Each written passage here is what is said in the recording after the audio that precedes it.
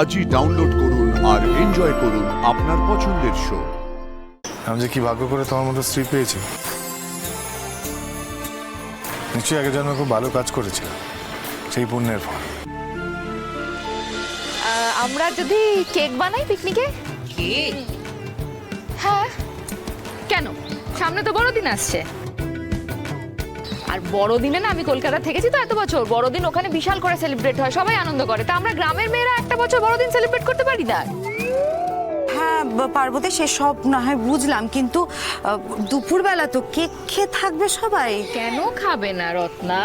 দেখো, যেদিনকে আমাদের বাড়িতে পিঠে পুলি হয়, আমরা তো পিঠে পুলি খেয়েই সারাটা দিন থাকি নাকি?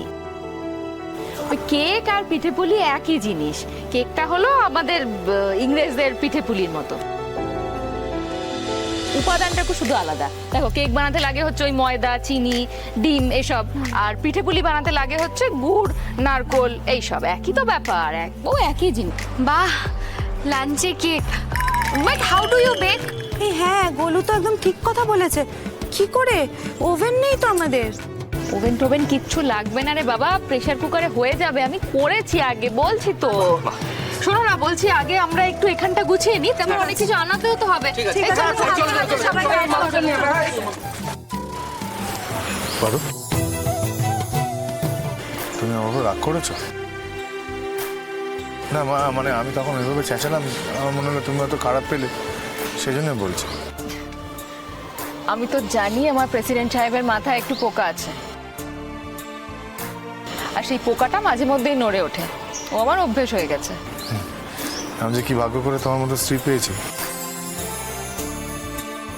নিশ্চয়ই আগে জন্য খুব ভালো কাজ করেছে, সেই পুণ্যের ফল। দেখো, তুমি যেখানেই থাকো সেখানটা আনন্দে ভরিয়ে দাও। হ্যাঁ, আনন্দ তো মন ভরে উঠবে। অন্যের বাড়ি গায়ে চলে জবরদখল করলে মন আনন্দ ভরে উঠবে না?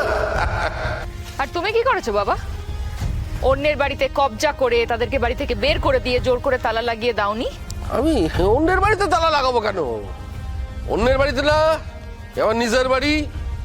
নিজের বাড়িতে অন্য কেউ যদি জবরদখল করে তো তালা তো লাগাতেই হবে। অন্যের বাড়ি মানে?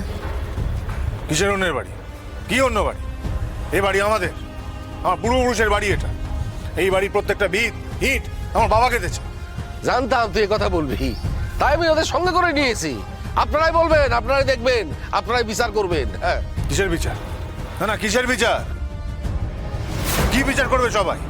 সবাই জানে এই বাড়িতে আমি, আমার বোন সেই ছোট থেকে বড় হয়েছে। সবাই জানে সেটা, এই গ্রামের সব প্রত্যেকটা মানুষ জানে। অগর নিয়ে আয়, ওটা নিয়ে আয়। এই যে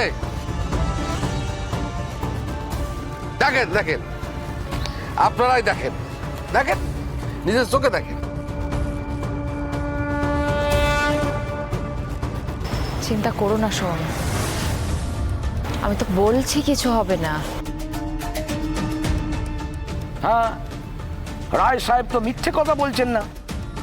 এই তো এখানে স্পষ্ট লেখা রয়েছে যে রায় সাহেব সোমেশ্বর দপ্তর থেকে 5 লাখ টাকায় এ বাড়ি কিনে নিয়েছে। হ্যাঁ, এই বাড়ি আপনাকে ছাড়তেই হবে।